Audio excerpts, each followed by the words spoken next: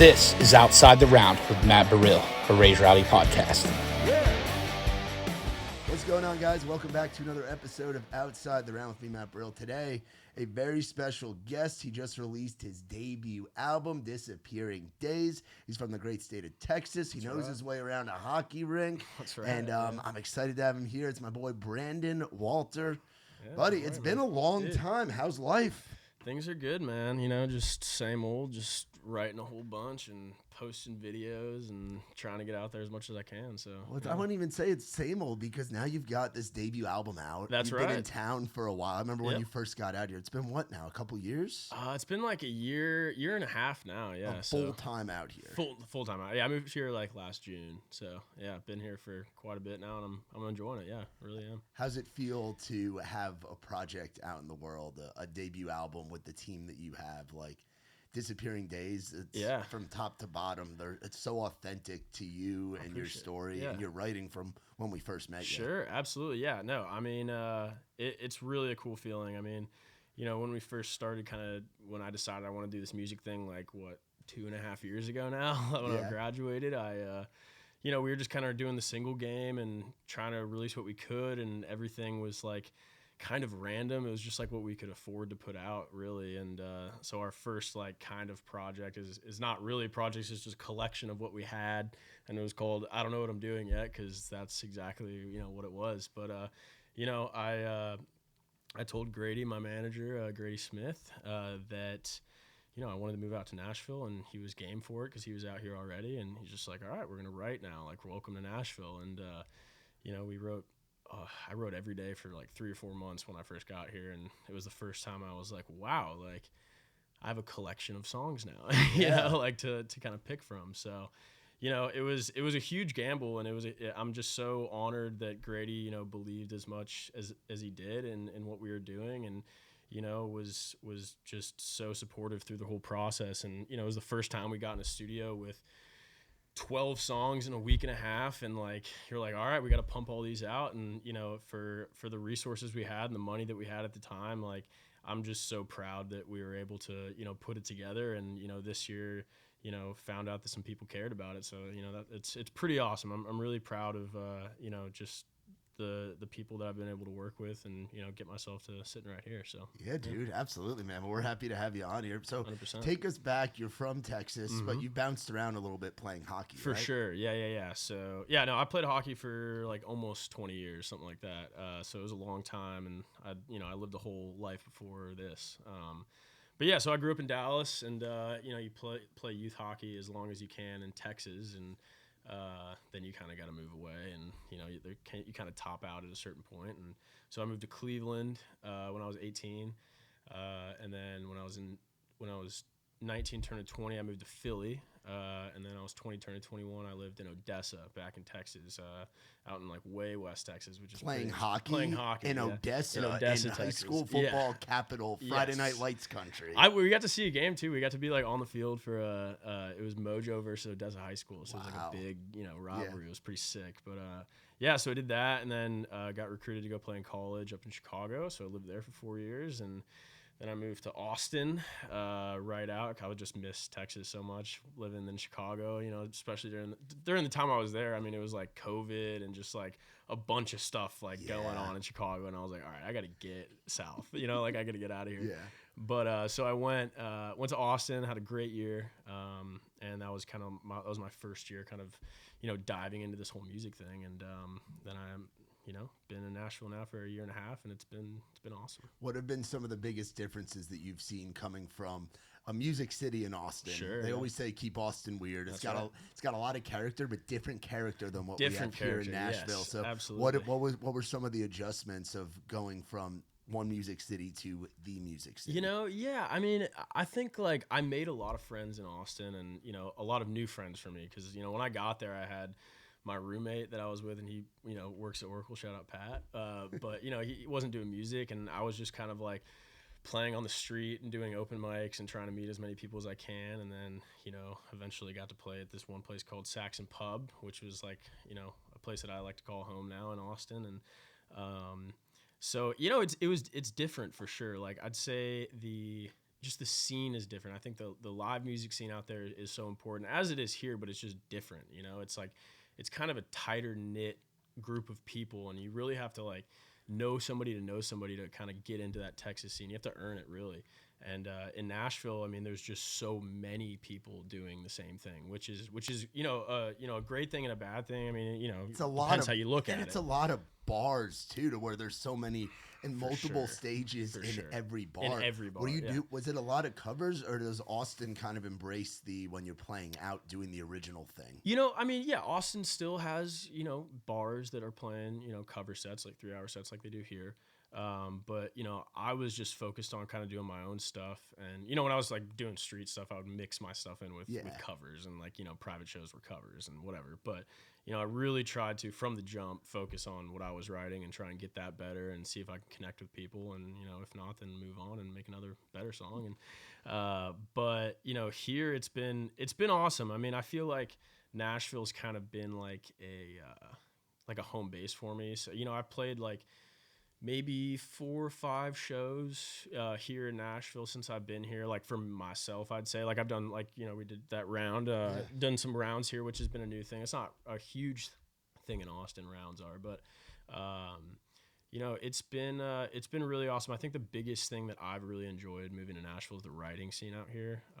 When I lived in Austin for a year, and I wrote like 25 songs in that first year, and I was like, there we go. That's a lot, And then I moved here and wrote like 40 songs in 3 months, and I was like, oh, that's that's how it works out here. But I think that's been such an amazing thing for me, because especially as a new artist, like just developing the practice of songwriting has been such an amazing part of my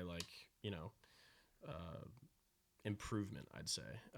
It's really cool to now go into these rooms and not be nervous, and not I wonder if it's going to be a good song, and I think the important part is like finishing every song you go through. And now that I feel a little bit more seasoned than I was when I first got here, like I can go in confidently and have a start and be like, let's do this, I want to go this direction, let's try and make it sound like X, Y, and Z. And before, it was just kind of like, hey, I kind of having a title here, and I hope we can make something cool. But yeah, man, it's like a muscle, and I equate it to it. I didn't play hockey, but growing up in New York, like went to a lot of games at the Garden, watching the Rangers, watching the Preds and stuff here.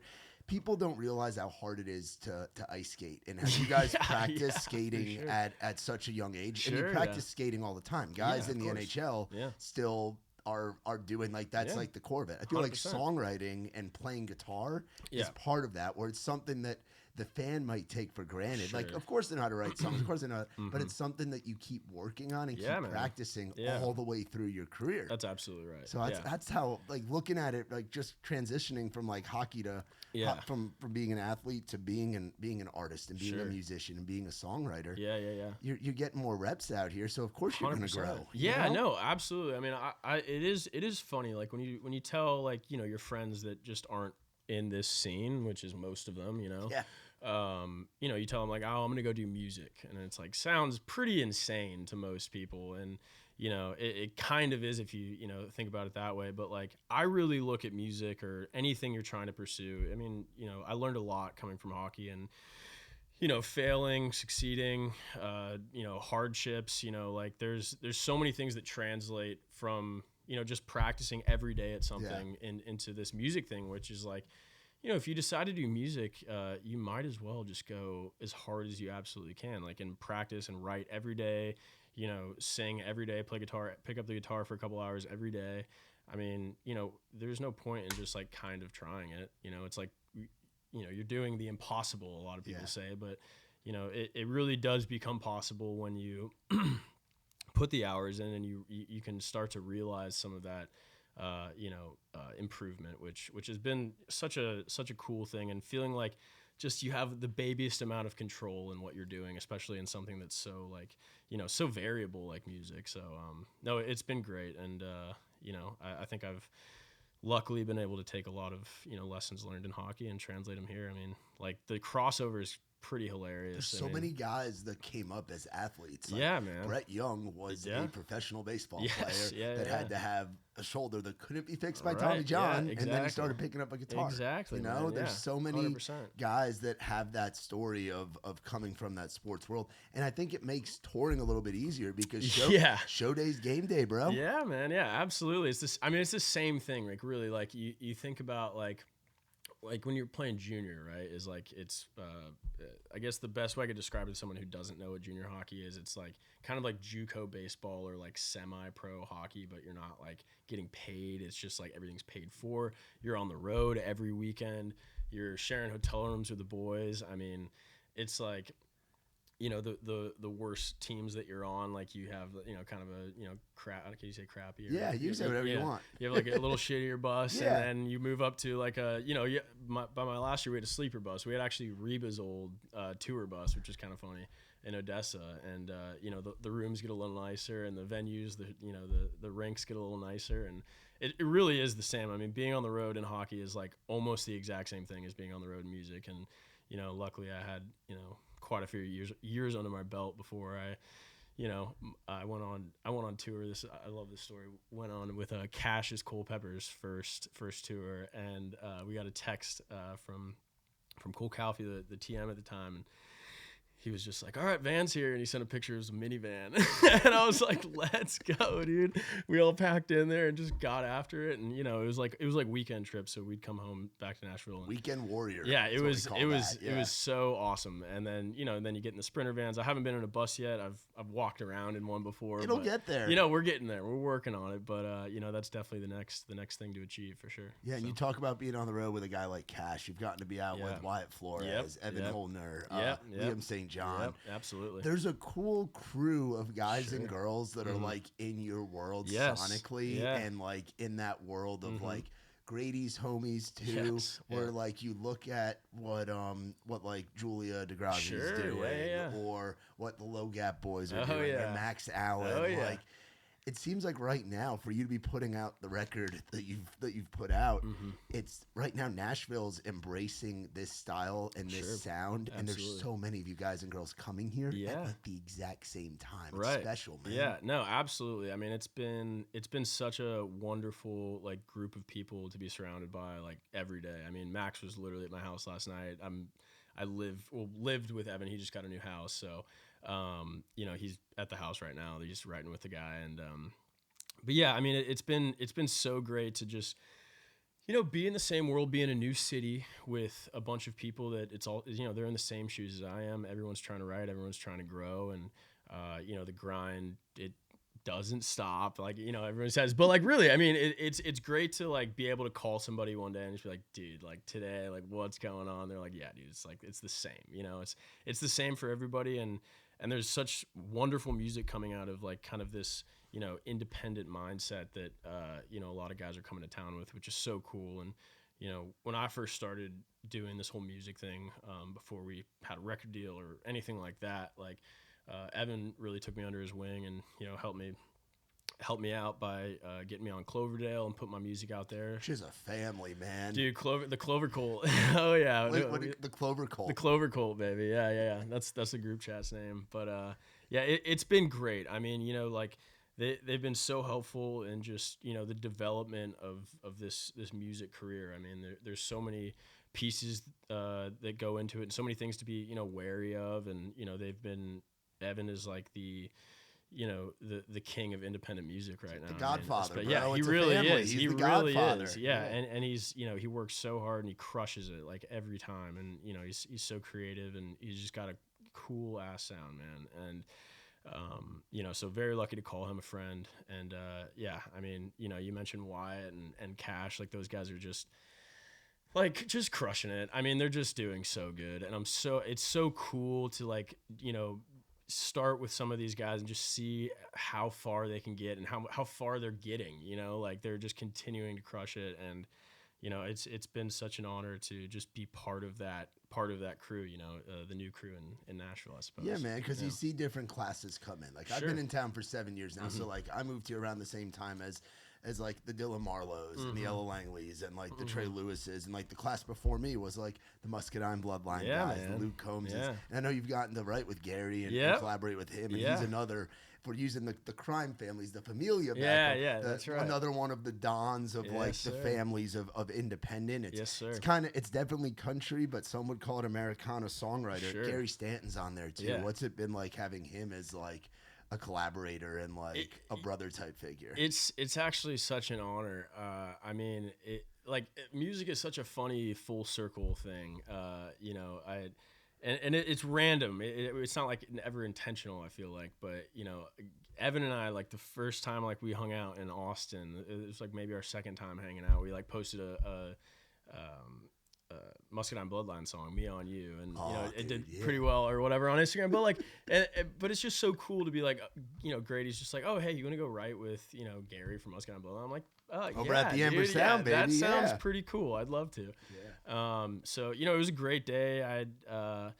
It was like I was so nervous. Like I didn't really like have much of an idea going in. I knew that we had like almost this album done, and we were trying to accomplish like a certain sound. And you know, he really kind of stepped into the plate, being like the professional that he is, and was like, "Well, what if we did something like this?" And he did it on guitar, and I was like, "Yeah, that works for sure." And he started like jotting some notes down. I'm like, "Yeah, let's go with that." Like, you know, I felt like I was kind of just watching him work, and you know, just to be able to like have, you know, even just a little bit of insight on writing with him was pretty amazing, and just seeing how those guys work is pretty awesome. I mean, you know, they're crushing it, obviously. Yeah, man. So. I had the pleasure of being their merch seller right before COVID. Yes, that's right. I was with them for about right around a year. Okay, in the Sprinter days, you know, way back in the day. And it's like they do it all themselves, which is what's crazy. And they're so meticulous, and now it's like the way that they collaborate, where they'll sit down, and the way that their writing process works, and then just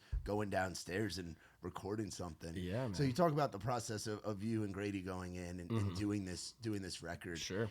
And I love that you guys recorded the record as like one long thing, as opposed to just piecing different things together. Absolutely. So talk about why you wanted to throw it back to doing it in that vein versus like single here, single here, single here, and 100%. Recording them with different people. Yeah, no, absolutely. I mean, I think the way that Grady puts it, and the way that I, you know, agree with, is like, you know, I feel like with kind of the social media stuff, like, you know, I feel like a lot of times the strategy of social media is like, let's throw everything at the wall, and if something sticks, that's awesome. And, you know, we'll just keep trying to recreate that. And, you know, I feel like that, for good or for bad, you know, has been a little bit of how, you know, releasing music has been, you know, over the last couple of years, just with social media having such a huge impact on the music industry.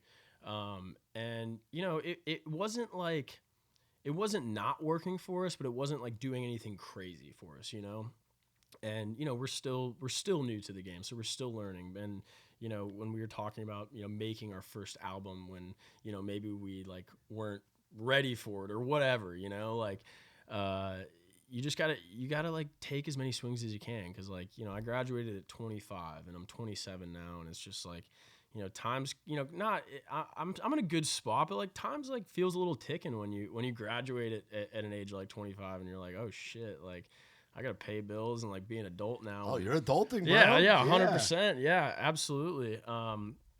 But yeah, you know, Grady says it like we wanted to class ourselves as an album artist and, you know, make careers. Like, I mean, when you talk about any great band, I mean, you're talking about, you know, just the certain albums that they put out. And, you know, a lot of the earlier stuff is what people always fall back on. So it's so nice. In my head, it's so nice to like be able to put out a big project and then put out another one. Like, you know, you think about like Zach Bryan, the Red Clay Strays, you know, you can name 20, and it's like people are like, oh, they blew up overnight, and it's just like, that's not true. Like, it's like their third or fourth album that people are discovering them, and then they have all of this other work that they put in previously that people can go find and listen to, and like that's such a special thing. And you know, so that was, you know, really our goal going into it. And you know, the reason that we did it in a week and a half and did it, you know, right there is, you know, that was what we could afford to do, you know, and B, like,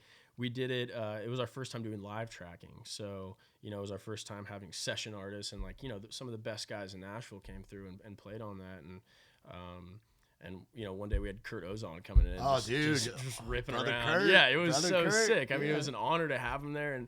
But you know, I mean, these guys are crazy, man. You know, we had 11 songs to come in and, you know, make during this week and a half, and you know, some days we had a new group of people. Some days it was like kind of the same, and you know, you show them these songs and they write down their charts, and it was the first time I'd ever seen charts get made. Isn't it crazy, dude? It's wild, man. They listen to, they're like, all right, here's the song we're doing today. They listen to it and they're like, all right, play it one more time. And then they write down like a couple more notes, and they're like, all right, we got it. And then they just go in and do it, and it's perfect every time. And then if it's not, you just be like, hey, can you do this instead? And they're like, yeah, whatever, that's fine. And then, you know, you get it. It's just so efficient, and at the same time, it keeps that live sound that, you know, we were really trying to accomplish with all this stuff. And it was just, I mean, it was such an incredible experience. I had so much fun, and I'm so excited to do it again for next year. So yeah, man. And it's like when you record, since you're recording in that one segment of time, if you want what you recorded, say on Tuesday, if you slept on it Tuesday night and went back on Wednesday, you could go in and just make that change. Just go fix it. Yeah, because I mean, you're in album mode. Exactly. Yeah, I mean, and the rhythm section is, you know, once they're locked in, then the song is, you know, halfway there anyway. So you just gotta stack some stuff, redo vocals, and you're all set. And if you mess something up, it's all to a click, so you're okay, you know. But no, it was really awesome. Of the 11 songs on the record, what are like a few that I know you're proud of all of them? Sure. They're all your children. Yeah. What are like the few where I can't wait to see how people react to this? Yeah. So okay, there's I guess ones that, you know, we didn't do as singles. I guess I'll name because, you know, I love all the ones that we put out as singles. Those are definitely our front runners. There's a reason they put them out as singles. Exactly, absolutely, yeah. But there's this one song. It's my favorite song. You know, selfishly, just because it's an absolutely true story about it's called Fighting Today, and it's just like a dumb, silly song, but like I love it because it's a true story. It's about how my roommate in Austin and we got in a bar fight, but the caveat is that we were on shrooms. So which is a very common thing in Austin, Texas. Yes. I'll have you know, they keep Austin weird for a reason. And that's right. Yeah. But, you know, I mean, so what happened was we went out on a Saturday night, as gentlemen do, and then we woke up kind of just like one of those where you wake up in the morning and it's just like, I'm awake, you know, all right, like one of those, you know, still kind of feeling it. And then we were like, all right, let's go to the golf course. And then so we just played golf immediately, like woke up, just went straight away. It was 1,000 million degrees outside in Texas, you know, around football season. And so, you know, we didn't drink any water, kind of, you know, hair of the dog, and had a couple beers out there, didn't eat anything. Came back to the apartment, and we were, you know, just sitting there and still hadn't eaten. Threw some football on, and we're like, let's take mushrooms. And then we did that, and then we're just kind of enjoying it for a little bit, and then we're like, you know what, let's go to a bar. So still 1,000,000 degrees out, so we're like, you know, still feeling pretty good, and we went to the bar, and this all happened within 30 minutes of being there. But like, we walk in, I go right to the bar, get a bucket of beers for us. I turn around, it's me, my roommate, my brother, his girlfriend, and I go to the bar, I turn around, I got my bucket of beers, and my brother's like waving me over, like super. I'm like, okay, all right, and I'm on mushrooms. Keep in mind, so I'm kind of freaking out, and I'm like, bringing beers back to the gang. Exactly. And there's like 200 people there, like, or more than that, probably, just yelling. Everyone's watching football, screaming, dogs barking, and I'm just overstimulated. And then I come back, my buddy's just on the ground, like he had a heat stroke and passed out, like within minutes of getting to this bar. So we're just like, I'm freaking out, and luckily some nurses from like the crowd just came in and were helping them, and you know, and then this guy like from across over there comes up and starts recording my friend on the ground. Like, this is serious. Like, he's like this on the ground. Like I thought he was gonna die. And then, you know, EMS came and the whole bit. This guy's still recording back here, and my brother is you know, behind me, and I was obviously focused on my buddy. Yeah. And so this guy's recording my brother, he thought that he was recording his girlfriend's butt at first. So he like smacked his phone. He's like, don't do that. Like you can't, whatever. And then the guy has this, he's like, oh, like he got himself that way. I'm allowed to record. This is a public bowl. Like doing that thing. Geez. So he picks his phone back up. My brother like smacks his phone the second time. Like it goes flying. And then he pushes my brother. So then I kind of figure out what's going on. And I turn around and, he hits my brother, so I got to hit him. And then, we get after a little bit. And then all 5 bouncers came over and beat the shit out of this guy. I mean, really gave him one. Yeah. And, they ripped his pants in half, like threw him out. Like it was a real thing. Anyway, so we left, but that's the song. It's called Fighting Today. You go check it out. It's awesome. But I love that one. And then maybe the opposite of that is, there's a song that I wrote called with Zach Williams from the Lone Bellow called No One's Gonna Do It For You. It's a fatherly advice song, so kind of quite the opposite. But, it's just great, easy listening. And, it's the advice that my dad gave me when, I called him. It was my last finance class of like junior year spring. And I just had, some computer science and GEDs left. And, this guy came in and gave a presentation about like, he had the job I wanted, at a big bank and, doing super well. And I just got out of that class and I was like, I don't know. Like, not that I'd hated anything he said. I just was kind of bored. And I was just like, I don't know if I want this right now. And I called my parents and I was just like, I think I want to move to Austin and like not do this. And they're like, all right, well, the real world is real and you got to pay bills and you got to, pay, get life insurance. Now I'm turning 26. You get off your parents' life insurance and life then insurance, health insurance, all that stuff. Yeah, exactly. Or I'm sorry, did I say I meant health insurance, but,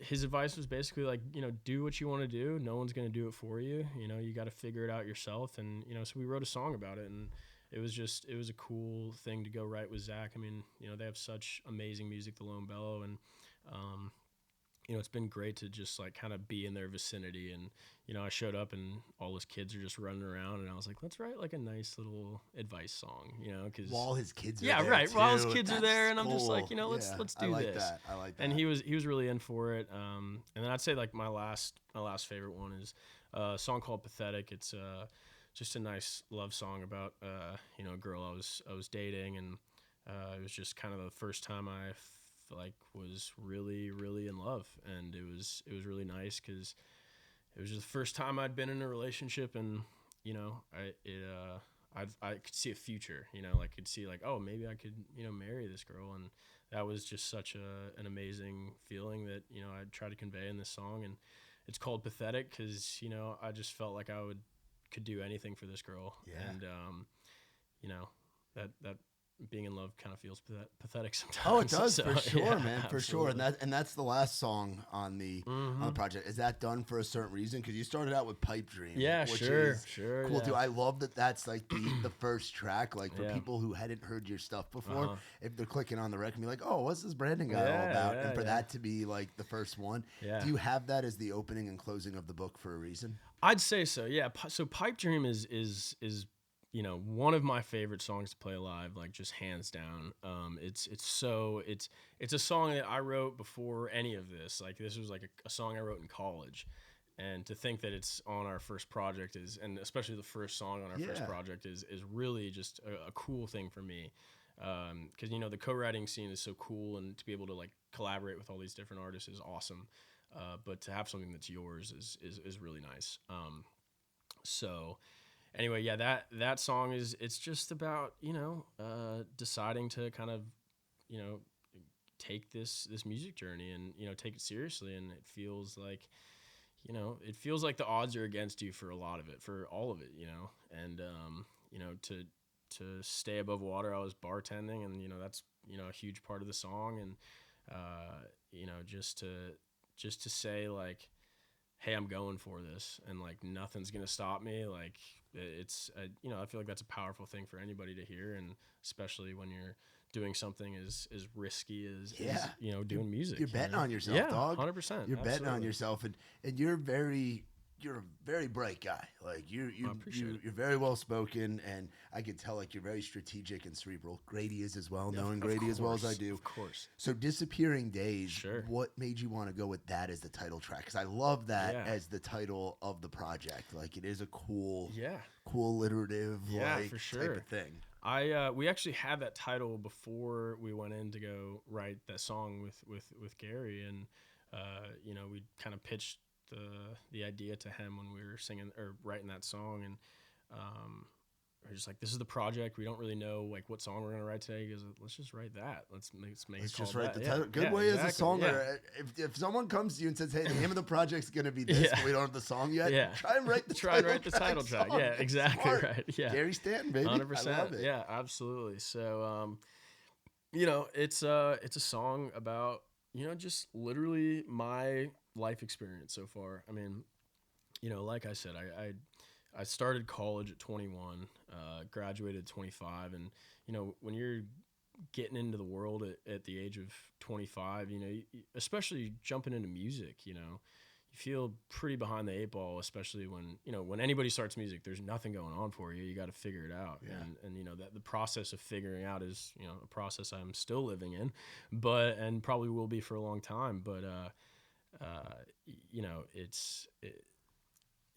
it just feels like being behind the 8 ball is really it's a motivating factor for anybody, really. I mean, especially when you're devoting your life to something like music. Like it's just something you have to put time into every single day, and no matter if you feel behind, no matter if you feel like it's not working, like as long as you keep pushing and getting better, like it's gonna work out. And that's just the tune we made. It's a song about me moving out and getting into the world, and I might not make it, but I'm sure gonna try.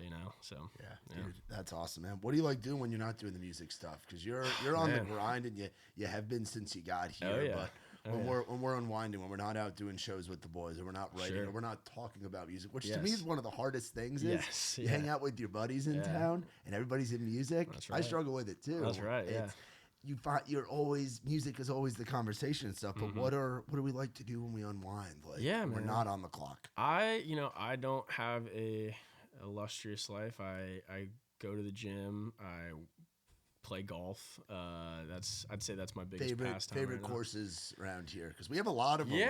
People sleep on Middle Tennessee golf. You know what? We have a lot of courses. Some very nice ones. There's when some you very make nice. it big, that you can pay to be a member. That's of exactly some very right. Nice country That's exactly clubs right. out here. Yeah. I say like my favorite munis right now, Oak Hills, which is up in Greenbrier. It's a good spot. Yeah, great track. Love that track. McCabe, I played recently. That was really fun. It's pretty quick, and it's nice that it's in town. Yeah, it's nice. It's exactly. Yeah. We've been walking on. Well, I guess the sun's going down now, but we've been walking on at Shelby at 5:01 because they close at 5, and you can just jump out. Everyone in Nashville shows up at 5:01. But it's that one's been great. I played Natchez, Los Natchez. Natchez Trace. Yeah.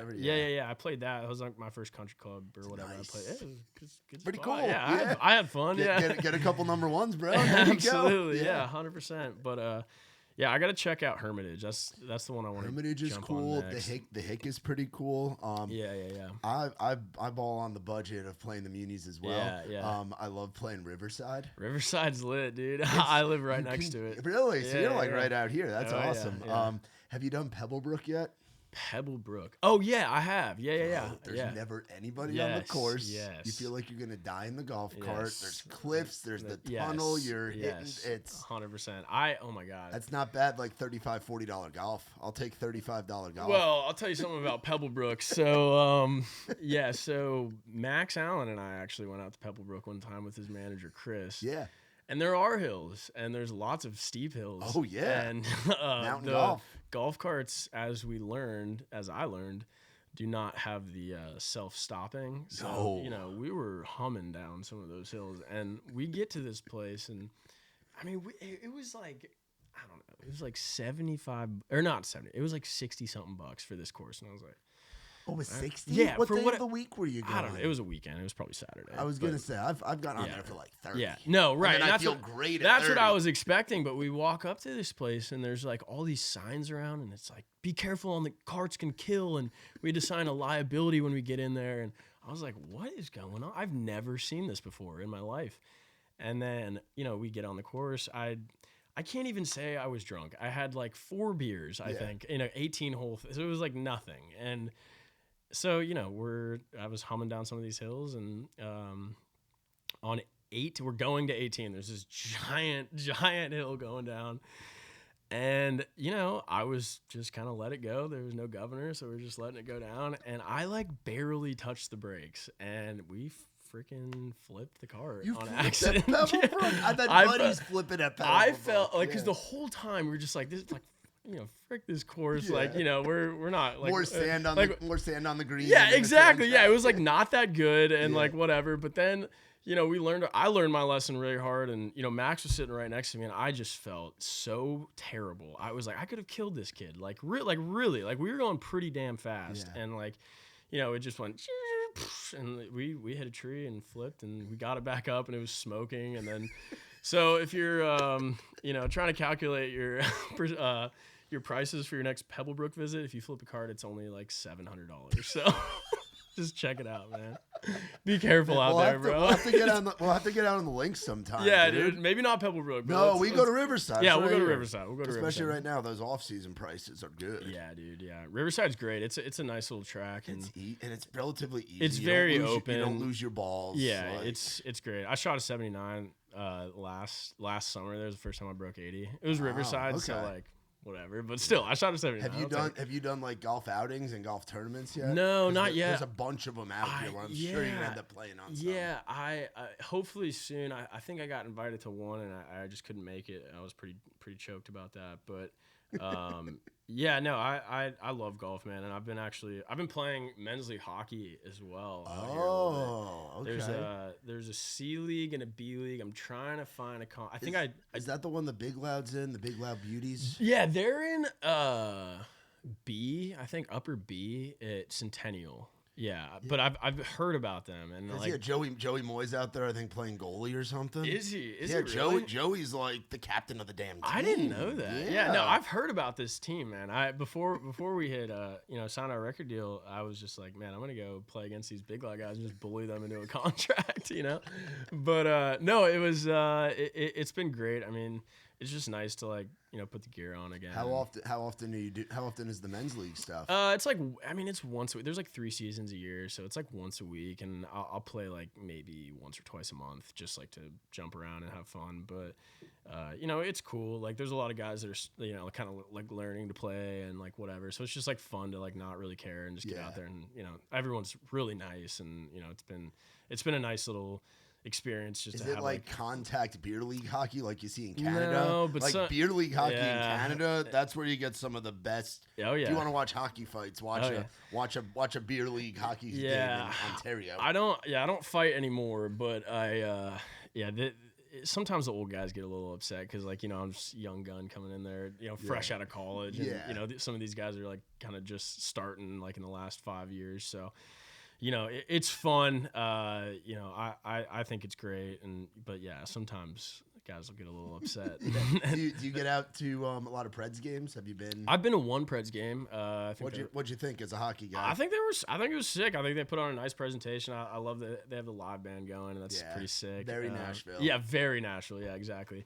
They lost, but whatever. It was sick. It was so fun. It's a cool arena, and the fans get into it. And it's like I think it's like it's the best location. It's the best rink location I've seen.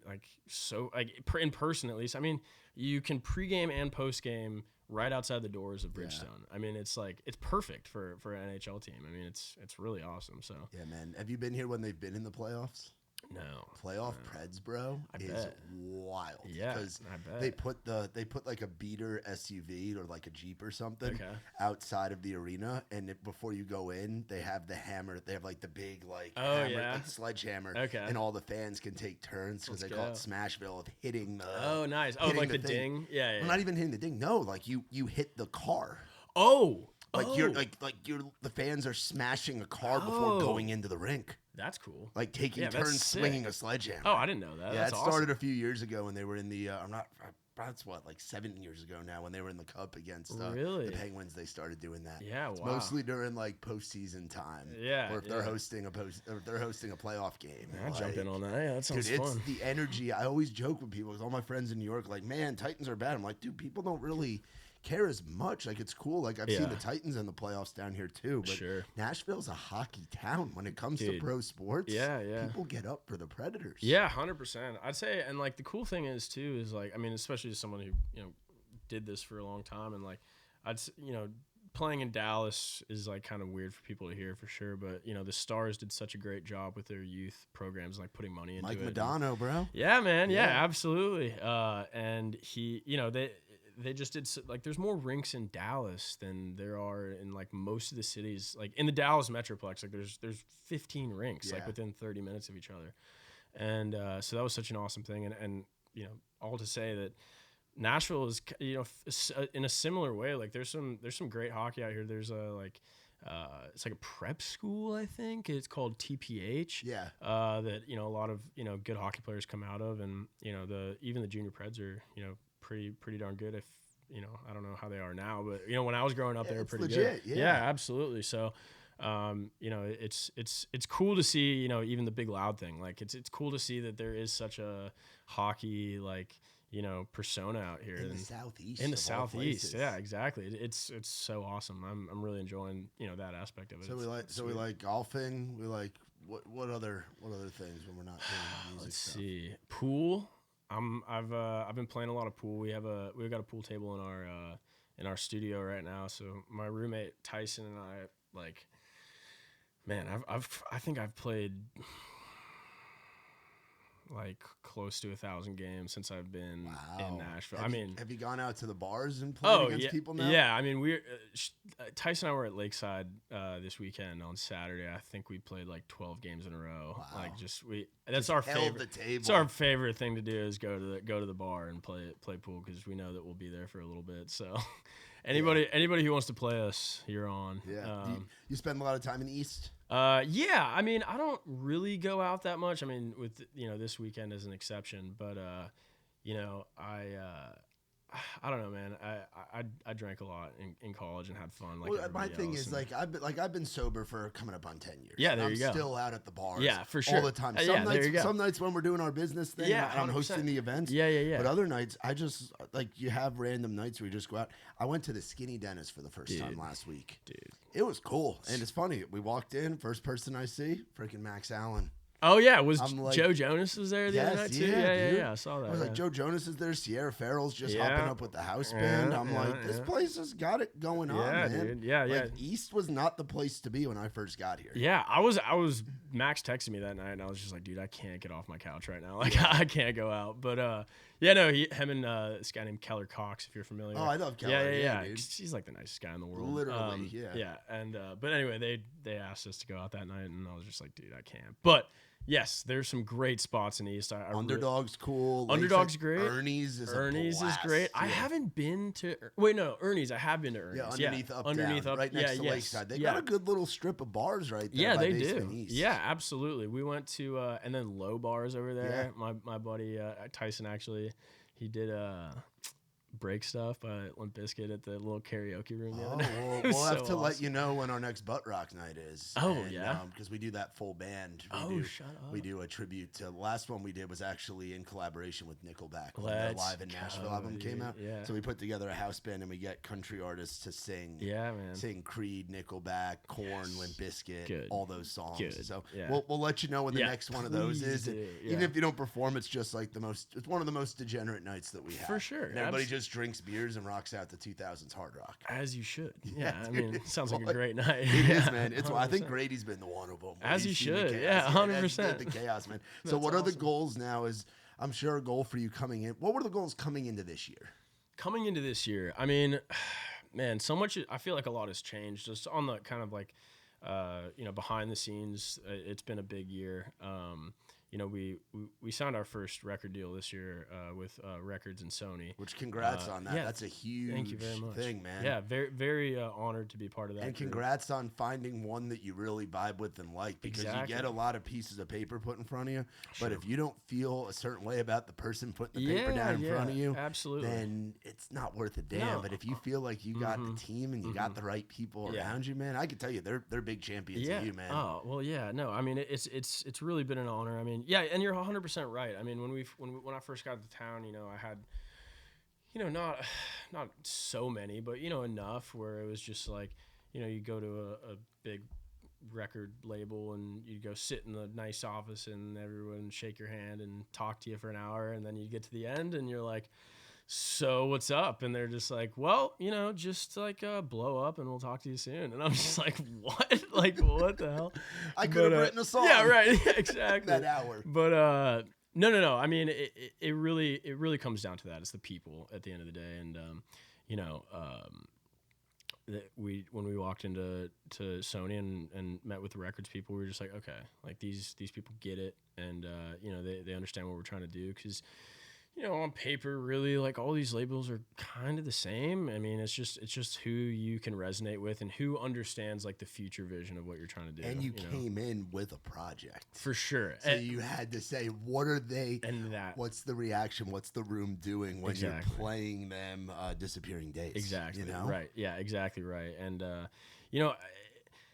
to the goals on the year, I mean, it's just like, it wasn't even really in the cards. Like nobody cared what we were doing. Like even last year when we were making this record, I mean, that's why it was such a big gamble, is because like we were just trying to see, who would pick their head up.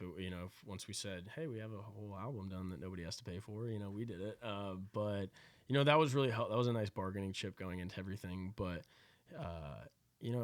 at the same time, I think our goals for the year were just, let's put out a great record. Let's, try and grow as much as we can and try and reach as many people as we can. And, a big thing this year that has changed is that I'm playing with a band now, which has been, bro. Like that has been such an incredible, part of the experience. It feels like, you're on a team again. You got boys that depend on you, and you depend on them to put on a great performance, and you practice with them, get close to them, and I think I've put together, I'm biased, but like a pretty amazing group of guys that I'm lucky to share the stage with. How many pieces we got in the band? It's just a simple 4-piece, so it's just me. It's what I can afford right now. Yeah, but dude, that's how it starts. Yeah, exactly. So we got my buddy camaraderie on bass, he's slapping it around, and then one of my best buddies from Austin, Sean Greenberg, he's like a real cat, man. Like he's sick. He's like our shredder guitarist, and then my drummer Dylan Perry, he's a hardcore drummer. So he's in a band called Dogpile. Shout out Dogpile. They're like, it's like screamo hardcore shit, like it's crazy. So he can play fast, dude. So him playing your stuff, yes, dude. I at first I felt so bad. I was like, bro, you can open up as much as you need, bro. Like I want it. I don't want to bore you. Yeah, right, exactly. Like I feel like in our first couple rehearsals, I'll look over at him, he's just doing train beat. I'm like, I'm like, fuck, I'm sorry, dude. But no, he's been amazing, and I've gone out to see I've seen his band twice, Dogpile. At these just, it's mosh pit.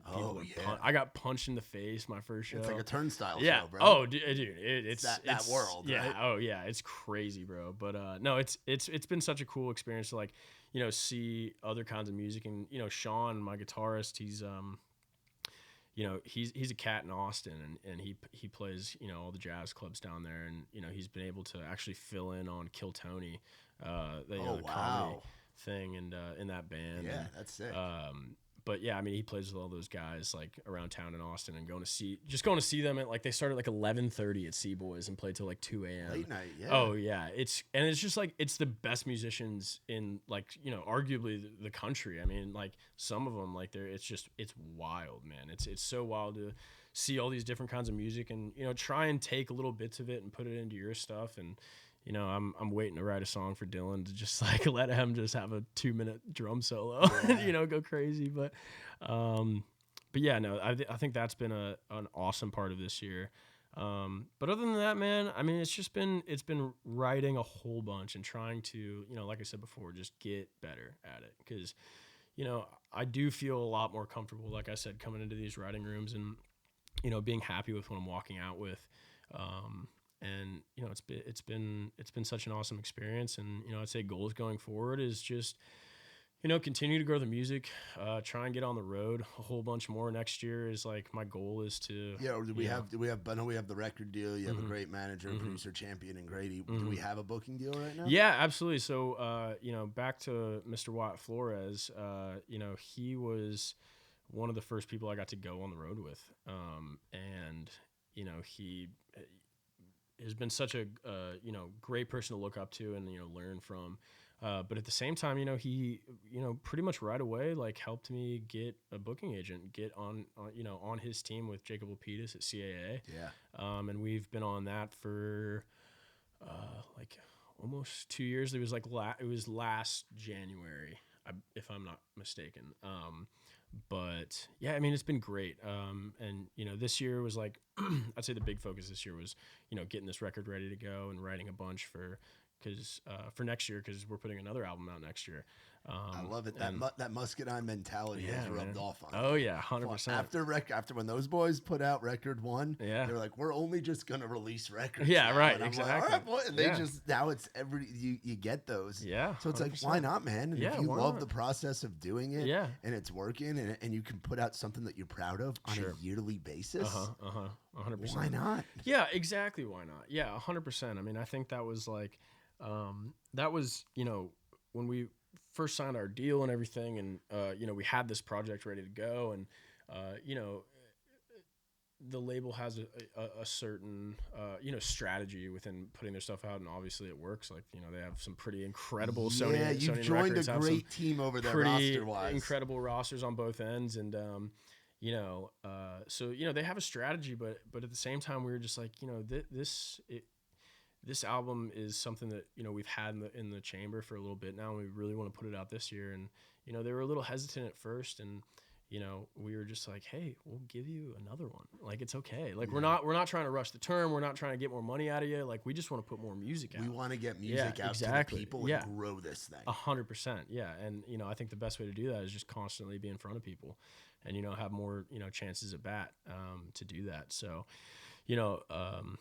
and, going back to finding the right people, I mean, it was definitely a challenge to kind of, get them on the page of us, and like trying to, take this strategy that isn't a normal strategy, which I understand, but, they're all game for it now. And like, it's been a pretty, incredible thing to, find people that can mold to what you're trying to do, and, be supportive in, the strategy that you're trying to take. So, I've been writing, all year this year. I think in my head, I have, probably 3-4 months left of writing to do. And then, we deliver this next album in May, and then we'll start putting it out, whenever. But yeah, it's been pretty awesome. That's awesome, man. Yeah, 100%. What's something that you would tell that kid? I'm trying to think, because you've lived so many different lives. Sure. Where it's like, but I guess that, like, when you get when you and Grady start connecting, and then you start coming out here, sure, and then you make the jump to move out here, a little over a year ago now, which is nuts to say, right? Yeah. What's something that you would tell that kid that moves out here, dude? Like younger you? Yeah, I mean, just keep going, man. I mean, it's just like it is daunting to like, because now you move to this town where the best of the best are, and they're constantly coming. There are more of the best probably moved here today, you know? Yeah. So like these 50 people, right? That's exactly. That's right. Exactly. Yeah. Oh, is that right? Yeah. It used to be 100 a day. Now I think we're down to like 50 or 55. Okay. All right. Yeah. All right. Well, slowing down. Yeah. But no, man, I mean, I think I had the right mindset coming in, and it was just like, Grady says it all the time. It's a hot air balloon ride. It's not supposed to be a rocket ship, until it, hopefully does one day, get there. But, as long as you can see consistent growth, whether it's small or big, like as long as it keeps getting better, like you just have to keep, feeding the flame, man. I mean, you have to keep writing, keep putting stuff out, keep posting videos, and, yeah, man. Doing the whole bit. But, I'd say just, I'd say to myself, cherish the wins that you have, because sometimes there'll be a month or two stint where you don't have much going on, but then something happens and you got to be ready to go. And that's, I think, true of just this whole industry as a whole. It's you got to be on your toes for real, and it's been pretty awesome, man. It's been so sweet. Well, hey, in so many ways, you've accomplished a lot, but you're just getting started. Yeah, 100%. You're just getting started. Yeah. The hot air balloon is just going until it gets its rockets on there, man. And I love the way you put it, where it's just adding to the fire. That's you know, like you're having you're hanging out with your buddies around the fire pit, and you're not ready to go home yet. Sure. So you're just throwing on logs. You're looking for shit to throw in there to keep the fire going, man. 100%. That's what this is, man. Yeah. That's what the music is and the content and all of that, dude. Well, thank you so much for coming on here. Dude, and of course, out, dude. It was a pleasure. You. And hope to get out on the golf course with you, or just kick it. Like literally, just say when, and we're always down. Let's go, man. Yeah. Appreciate you, and everybody can find you. It's Brandon Walter. Brandon Walter, yeah, that's right. Just check it out. Just straight on Instagram. Brandon Walter Music on Instagram and TikTok. It's music, not a fit. Okay. Right, Some people put music, some people put songs, some people put sing, some people put official. They bounce all around. Oh yeah, Brandon Walter Music. I've just got the one, so if anybody else DMs you, it's not me. I swear. Have you run into that yet? Dude, it's so weird. I mean, it's like, but it's like, it's always bots. And then you get like, it's so obvious. Like it's, some people will send me DMs and they're like, oh, this person, were you asking for money? And it's like, why would I ask you for money? Why would I ask I'm asking you for money when you come and buy a ticket to the show and you get a t-shirt. Like, you get a show and you get a shirt. I had a buddy of mine who, they had a bot reach out to a fan or whatever. And the person sent them like $500, and then like they DM'd him and were like, hey, like what the heck? And he's like, why would I ask for that? Like, what are you doing? My like, tickets are not that expensive. There's a certain amount of accountability that you have to, have on the web. There's some Darwinism, for sure. But it's been interesting. But just the idea that somebody would take your work and make an account, and then they get a couple thousand followers, like just that alone is like, all right, that's kind of cool. Like it's working. Yeah, exactly. But in the same breath, be careful. Like I have one account. It's not me. Brandon Walter Music. Yeah, that's right. Give him a follow, TikTok, Instagram, and y'all be sure to go check out Disappearing Days. It's out right now, brother. Dude, thank you so much. Thanks so Appreciate much, you. Gonna send you home with an 8-pack of Surfside. Let's go. You spent time living in Philly. Yep. They are a Philly-based company. Oh, let's go. They actually, their parent company, Stateside Vodka, Xfinity Live outside They the just, arena. didn't they just? Now it's Stateside Live. So that's what I heard. They have the naming rights on what was once that's right. Xfinity Live. So Stateside 100%. Live, and vodka lemonade, vodka iced tea, vodka green tea, vodka. No bubbles, no troubles. It ain't a seltzer, damn it. It's a Surfside. And for more on us, visit raisedrowdy.com. For my man Brandon, I'm Matt Burrill. This has been Outside the Round. I ain't never been the kind for staying in one place for too long. I ain't never been the best at saying I love you to a girl I love. Only got a couple tricks on my sleeve. They usually just make